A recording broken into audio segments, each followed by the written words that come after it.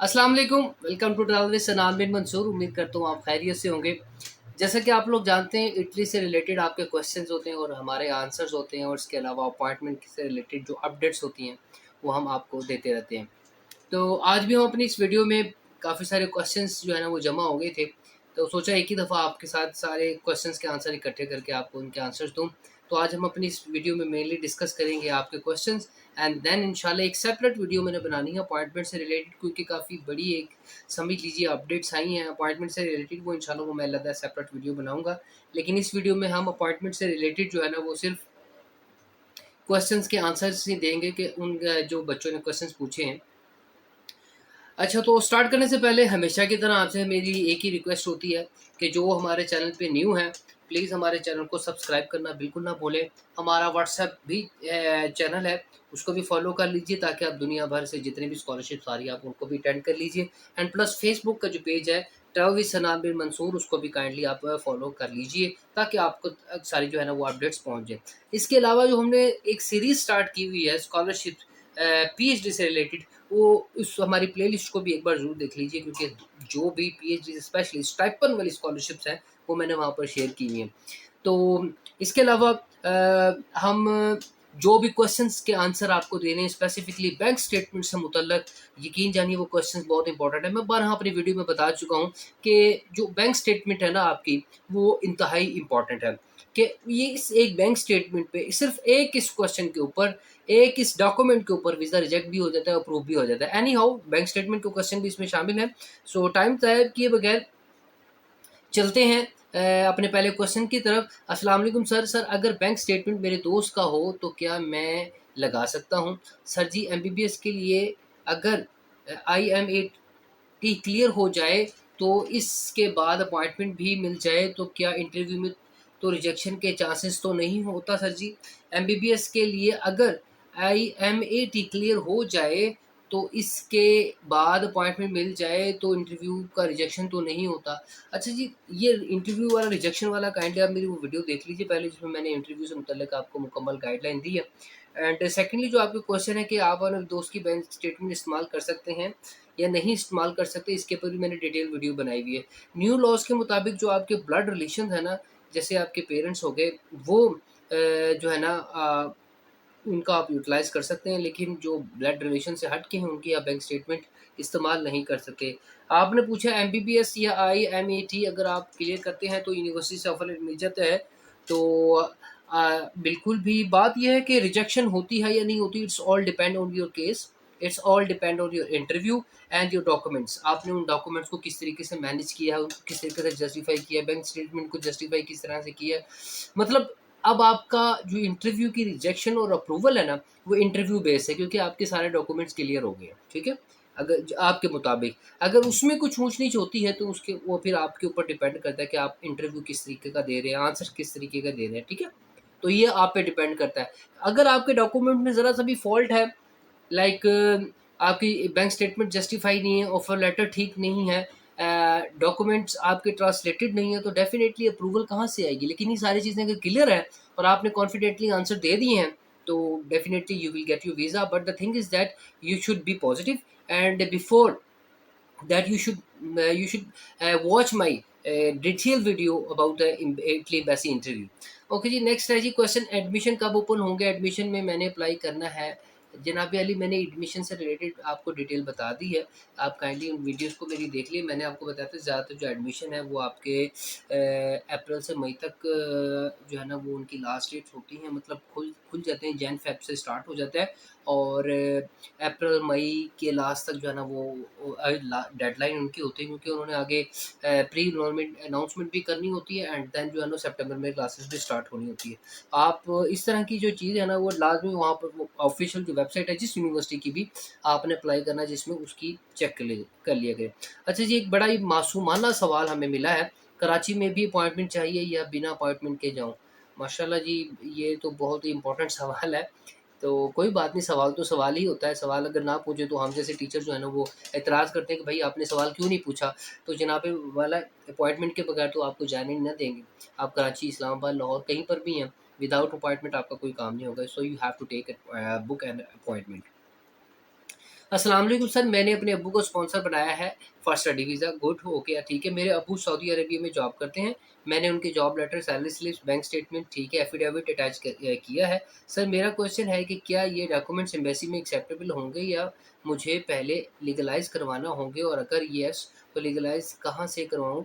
क्योंकि पाकिस्तान में foreign documents लीगलाइज़ नहीं होते, तो भाई आपको ये जो है ना, इनको लीगलाइज़ जो है ना वो करवाने की ज़रूरत बाज़ औक़ात, जो बाहर से आपके जो डॉक्यूमेंट्स हैं ना, पाकिस्तानी डॉक्यूमेंट्स, वो ज़्यादातर अटेस्ट होते हैं, ठीक है? लेकिन फिर भी मैं आपको कुछ तरीका बता दूँ। सबसे पहले आपने डॉक्यूमेंट मिनिस्ट्री ऑफ फ़ॉरेन से अटेस्ट करवाने हैं। इसके बाद ये डॉक्यूमेंट सऊदी अरब में मौजूद इटालियन एम्बेसी कौंसलेट से लीगलाइज़ करवाना लाज़मी है, क्योंकि वो वहाँ से आए हैं डॉक्यूमेंट्स, ठीक है? पाकिस्तान में डॉक्यूमेंट को दोबारा लीगलाइज़ नहीं किया जाता, क्योंकि सऊदी अरब ने ही जारी किए हैं, ठीक है? वही बात आ गई जो मैंने अभी पहले की थी। पाकिस्तान में इनको करवाने की ज़रूरत नहीं है, लेकिन जो सऊदी अरब में इटालियन एम्बेसी है, वहाँ से लीगलाइज़ करवाना ज़रूरी है, क्योंकि डॉक्यूमेंट्स आपके वहाँ से हैं, बैंक स्टेटमेंट वहाँ से आई है, और जो आपकी सैलरी स्लिप है, एफिडेविट लेटर है, वहाँ से आपने उनको अटैच करवा लेना, ठीक है? यानी आपको ये काम सऊदी अरब में ही करवाना होगा। अच्छा जी, नेक्स्ट क्वेश्चन है, सर मुझे Russian open doors Olympic scholarship मिल चुकी है, वीज़ा नंबर का वेट है, क्लासेस अक्टूबर में स्टार्ट होंगी।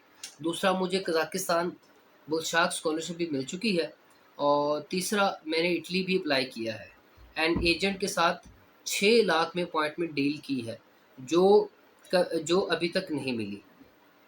नंबर 4, मेरे पास यूके के 2 ऑफ़र लेटर भी हैं और मेरे चेवनिंग के लिए भी ट्राई कर रहा हूँ।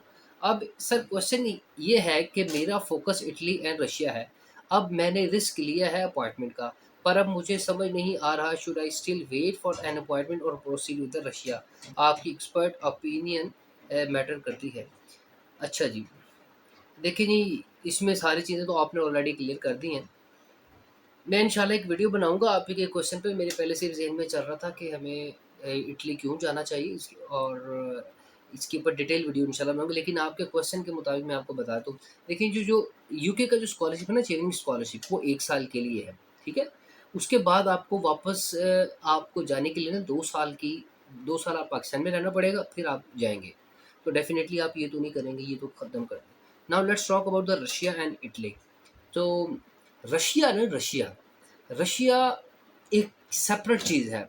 सेपरेट चीज़ से मुराद ये है कि रशिया और यूरोप की आपस में लगती है। इसकी वो किस बात पे लगती है, क्या उनकी रीज़न्स है, मैं उधर नहीं जाना, वो पॉलिटिकल डिस्कशन हो जाएगी। लेकिन रश यूरोप रशिया को लेके कुछ अच्छा नहीं समझते, ठीक है?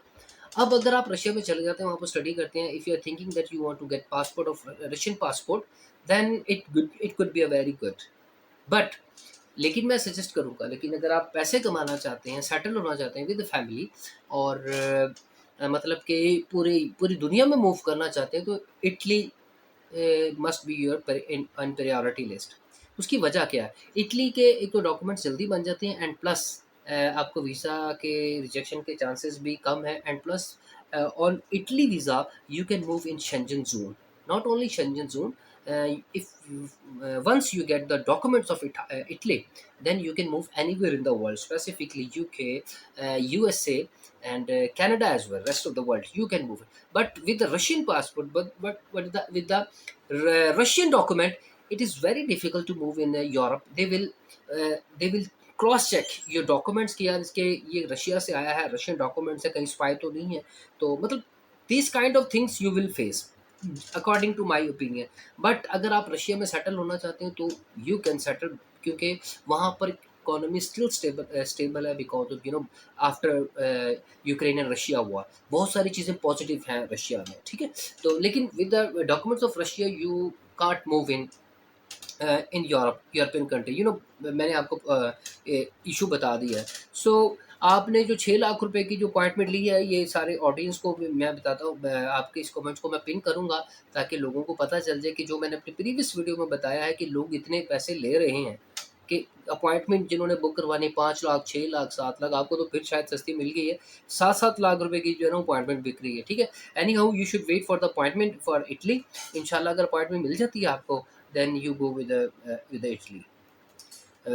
उसके अलावा आप आगे चलते हैं। नेक्स्ट क्वेश्चन मेरे पास है जी, sir please tell me way to ask you question if my father shows that the money he got was by selling my mother's gold, but gold was household item and my mother was on non-filer, is it okay? और अगर car cell की है और वो भी FBR में register नहीं है तो क्या करें प्लीज़? देखें, यही तो सबसे बड़ा इशू है कि उसमें आपका टैक्स वगैरह ये वो बहुत सारी चीज़ें आ जाती हैं, लेकिन नॉन फाइलर होने का कोई इशू नहीं है, याद रखें। इटली एम्बेसी में मैंने पहले भी बता दिया था।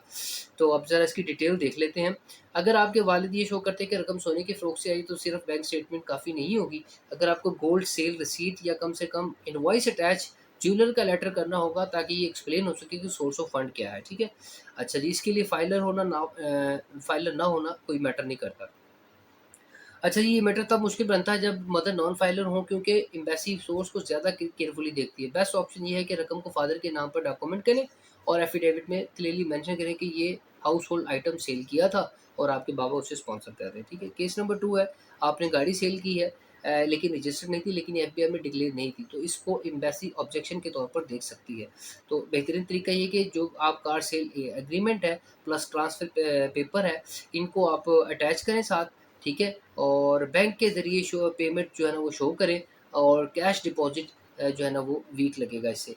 अच्छा जी, एफ़िडेविट लगाएँ, ये रकम आपकी कार की सेल से जनरेट हुई है। ये एक बात मैं आपको बता दूँ कि जो भी बैंक स्टेटमेंट है ना, आपने जो भी सोर्स ऑफ इनकम अपना दिखाना है, तो उसमें आपने बस ये बताना है कि ये पैसे आए कहाँ से और वो लीगल होने चाहिए।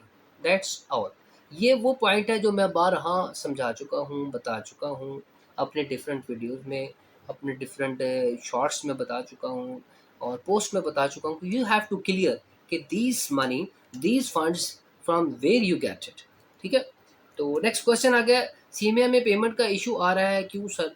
अच्छा, बाज़-औक़ात हो जाता है यार, ऐसा होता है कि लोड ज़्यादा आ जाता है, काम ज़्यादा आ जाता है, साइट क्रैश कर जाती है, इस तरह के इश्यूज़ आ जाते हैं। इसमें कोई इश्यू नहीं है, आप 1 दिन बाद दोबारा ट्राई कर लीजिए, 2 दिन बाद दोबारा ट्राई कर लीजिए, किसी और ब्राउज़र से ट्राई कर लीजिए, ठीक है? किसी और फ़ोन से जो है ना वो कर लीजिए, कोई और वाई-फाई यूज़ कर लीजिए, बाज़-औक़ात ऐसा प्रॉब्लम आ जाता है, ठीक है? और बाज़-औक़ात ऐसा भी होता है कि जो आप पेमेंट कर रहे होते हैं ना, उसमें भी इश्यू आ जाता है, लिंक डाउन होता है, इस तरह के इश्यूज़ आते हैं, तो आप कुछ अरसे बाद अ, जो है ना वो चेक कर लीजिए। सर, इटली स्टडी वीज़ा की अपॉइंटमेंट मिल रही है, क्या अपॉइंटमेंट ले लेनी चाहिए? मेरी क्लासेस 1 अक्टूबर से हैं। सर, इटली स्टडी वीज़ा की अब अपॉइंटमेंट मिल रही हैं? बेटा, मिल रही हैं, मैं कह दूँ कि हाँ, मिल रही हैं, तो अगर आप उसको नॉर्मल बुक ही ना करवा सकें, तो आप क्या करेंगे? अपॉइंटमेंट तो बेटा कब की खुली हुई है। ठीक है? लेकिन बात ये है कि किसी नॉर्मल बंदे के हाथ, किसी स्टूडेंट के हाथ जो अपॉइंटमेंट है वो लगे तो सही, लगती तो नहीं है, लगने ही नहीं देते एजेंट्स और ये जो सॉफ्टवेयर सिस्टम हज़रात इन्होंने बैठे हुए हैं ब्लैक माफिया, ये लगने नहीं देते। तो फाइनली आपको जो है ना वो परचेज़ ही करनी पड़ती है। सर, मेरा 7th सेमेस्टर चल रहा है बीएस केमिस्ट्री में, मैंने नेक्स्ट मंथ अप्लाई करना है, स्टडी वीज़ा मैं ट्रांसक्रिप्ट पे अप्लाई कर दूँगा, इंटर की बेस पे करूँ, प्लीज़ गाइड। अगर आपका 7th सेमेस्टर यानी डिग्री कंप्लीट नहीं हुई तो इटली स्टडी वीज़ा के लिए डायरेक्ट ट्रांसक्रिप्ट अप्लाई करना मुश्किल होगा, क्योंकि एम्बेसी अमूमन कंप्लीट डिग्री या फाइनल ट्रांसक्रिप्ट मांगती है। दैट्स ऑल, ठीक है? और आपके लिए बेहतर ये है कि आप इससे पहले पूरा क्लियर करें, उसके बाद अगर आप जो है ना वो अप्लाई करें। तो अगर आप बैचलर के लिए अप्लाई करना चाहते हैं तो आप इंटर की बेस के ऊपर बैचलर के लिए अप्लाई कर सकते हैं, ठीक है? लेकिन अगर आप मास्टर्स के लिए अप्लाई करें तो आपको अपनी डिग्री कंप्लीट करना पड़ेगी। सर, इटली स्टडी वीज़ा की अपॉइंटमेंट एजेंट कितने में सेल करते हैं? काइंडली कोई रफली आइडिया बता दें। देखिए जी, रफली आइडिया यही है कि जो एजेंट हज़रात हैं ना, वो टाइम की मुनासिबत से आपको अपॉइंटमेंट देंगे। जितना टाइम आपका कम होगा, उतनी महँगी होगी। जितना टाइम आपका पीछे होगा, दूर होगा, उतनी अपॉइंटमेंट सस्ती मिल जाएगी। बस बात खत्म हो गई। यानी कि अगर आप 2-3 माह पहले, 4 माह पहले लेते हैं, आपको हो सकता है 3.5 लाख में मिल जाए, 3 में मिल जाए, ढाई में मिल जाए, 2 में मिल जाए। लेकिन जितना आपके पास टाइम शॉर्ट होगा, उतनी आपकी अपॉइंटमेंट एक्सपेंसिव होगी। अभी आप मेरे कमेंट सेक्शन में जाएँ, वहाँ पे पढ़ें, एक बच्चे ने कहा है कि सर मैंने 6 लाख रुपए की अपॉइंटमेंट ली है, उसकी अक्टूबर में क्लासेस हैं। आप चेक कर लीजिएगा जाके, ये प्रूफ़ के तौर पर आप देख सकते हैं। अच्छा जी सर, नेक्स्ट क्वेश्चन है, मैंने पता किया है 5 लाख से 10 लाख के बीच में उसकी गारंटी नहीं होती कि मिलेगी या नहीं। बहुत से पैसे वापस कर देते हैं और कुछ को कहा भी जाते हैं भाई अपने और मेरे लिए दुआ करें, बस दैट्स इट। अब आप हिसाब लगाएँ, ये भी कमेंट आप जाके पढ़ें, 5 से 10 लाख रुपए तक में भी लोग एजेंट्स है ना ज़रा दे रहे हैं। अल्लाह ताला इनका भला करे, अल्लाह ताला इनके दिलों में हया डाले, इनके दिलों में अल्लाह ताला नरम गोशी डाले कि ये जो स्टूडेंट्स हैं इनके करियर को तबाह ना, ये चंद पैसों की खातिर जो स्टूडेंट्स के करियर तबाह कर रहे हैं ना, believe me they will be countable in front of Allah सुब्हानहू व तआला। So these are the question जो मैंने आपको बताए थे, जो मुझे रिसीव हुए हैं। अभी कुछ क्वेश्चन जो है ना व्हाट्सएप पे वो रह गए, वो इंशाल्लाह हम नेक्स्ट वीडियो में डिस्कस कर लेंगे। तो तब तक के लिए आप अपना बहुत ज़्यादा ख्याल रखिए। नेक्स्ट वीडियो भी आपके लिए बनाऊंगा जिसमें मैंने ये डिस्कस करना है अपॉइंटमेंट का, जो अभी लेटेस्ट जो अपडेट्स आई हैं उसके मतलब क्या ख्याल है। एक बच्चे ने मुझसे व्हाट्सएप पे पूछा था, तो मैंने उसको कहा दिया था ये फेक है, लेकिन जब मैंने उसे चेक किया तो वो एक रियल अपडेट्स थी। वो इंशाल्लाह मैं आपके साथ नेक्स्ट वीडियो में शेयर करूँ। तब तक के लिए आप अपना ख्याल रखिए। Thank you so much for watching.